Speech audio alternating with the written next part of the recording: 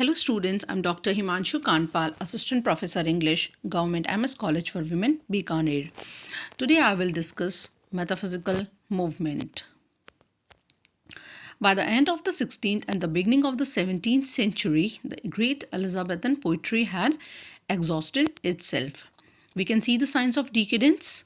There were three traditions that were generally followed at that time: the Spenserian tradition, the Arcadian, and the Petrarchan tradition. Everything was conventional and artificial. There was little that was original or remarkable. There was much sugared melody and romantic extravagance, but intellectual emptiness. So, in the first decades of the 17th century, there was a revolt against the outdated and exhausted Elizabethan poetry. The leaders of this revolt were Ben Jonson and John Donne. Both of them were forceful personalities who attracted staunch followers and founded schools. The first one is Ben Jonson, the founder of the classical school of poetry. The other is John Donne. As a poet, he is remarkable for its concentrated passion, intellectual agility, and dramatic power. He is the founder of the so-called metaphysical school of poetry, of which Richard Crashaw, George Herbert, Henry Vaughan, and Abraham Cowley are the other leading poets.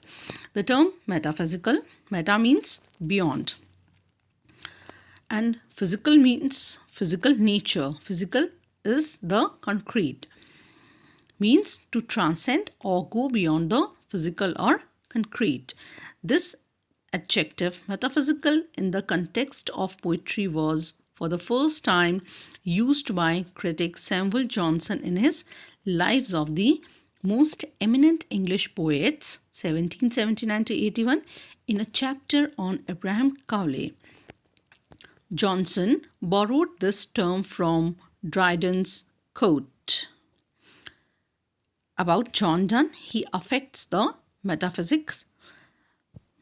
Johnson used this term to refer to the group of writers under the leadership of John Donne belonging to the beginning of the 17th century. I have already quoted the names. They were Richard Crashaw, George Herbert, Henry Vaughan, Abraham Cowley, and other leading poets. John Donne established a style which inclined towards intellectual complexity. His fame rests on his wit and use of conceits in his poetry.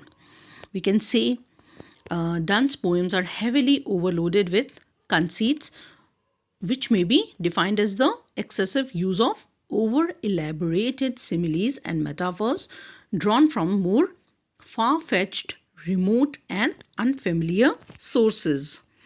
His scholarly allusions and display of specialized knowledge of various fields has always attracted attentions from critics and readers alike. He was therefore the flag bearer of the school of poetry, whose members are notable poets like Sir John Suckling, John Cleveland, Richard Crashaw, George Herbert, Henry Vaughan, Abraham Cowley, and Andrew Marvell.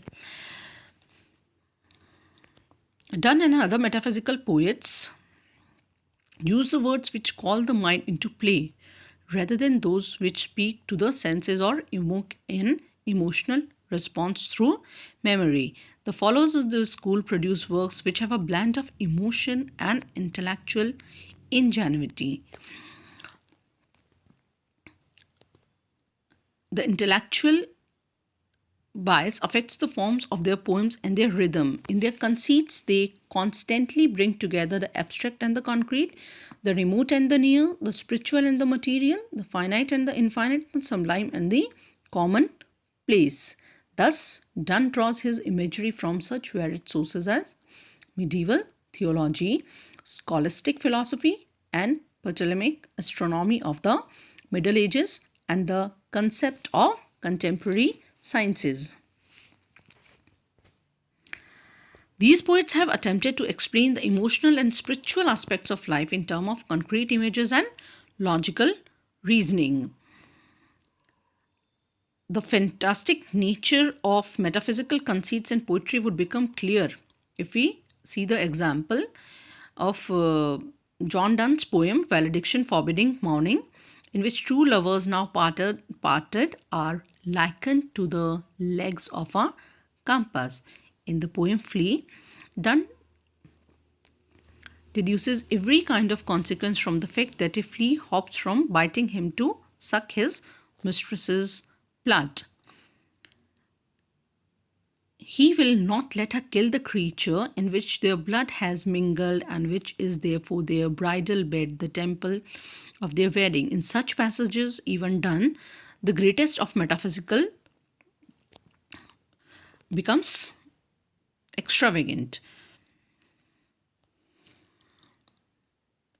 The poetry of the metaphysical writers laid emphasis on analyzing the feelings rather than on expressing the feelings. The most outstanding feature of their poetry is the use of wit, that is, finding analogies between disparate things and conceits, use of unusual comparison or images or extended metaphors, as I've told you about the poem Valediction Forbidding Mourning, in which John Donne uses the two lovers now parted are likened to the legs of a compass. Other distinct features of poets of this school are their use of colloquial diction, dramatic language, epigrammatic style, compression and brevity of expression, and an argumentative tone which is enhanced with literary devices such as pun, antithesis, irony, and paradox. These writers seek for the originality and newness and achieves them in different ways.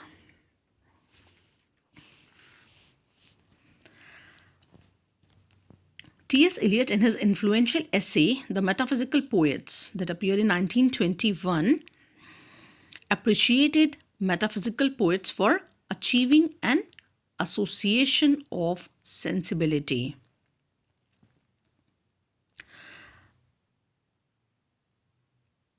Is that their works embody a fusion of thought and feeling.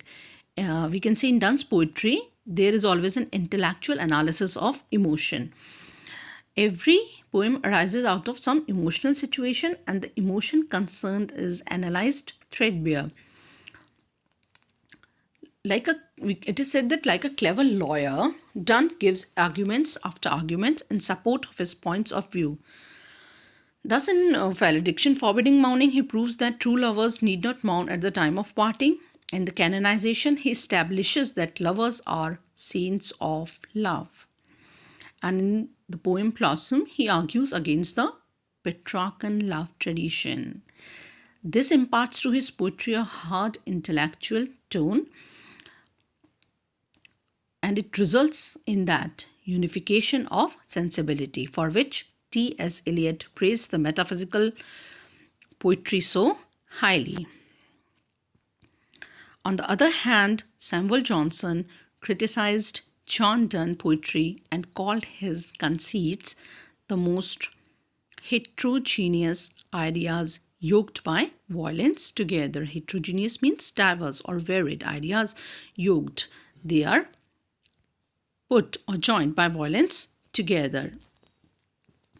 So, if we have to summarize the metaphysical poetry or the movement that was led by John Donne, we can come to the conclusion that the poetry of John Donne and the other metaphysical school of writers attracted great attention.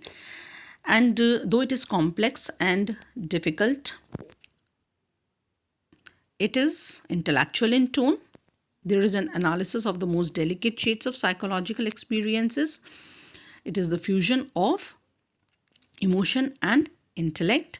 It is full of conceits which are learned, intellectual, and over-elaborated. In order to arrest attention, often a poem begins abruptly and colloquially, and unusual rhythms are used. It is often dramatic in form.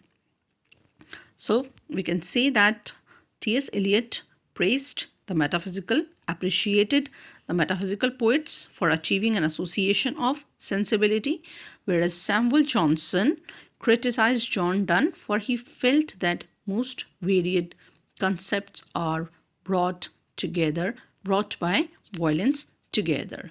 This is all about the metaphysical movement and the metaphysical poetry and the traits of or the chief characteristics of metaphysical poetry. I hope you like the video.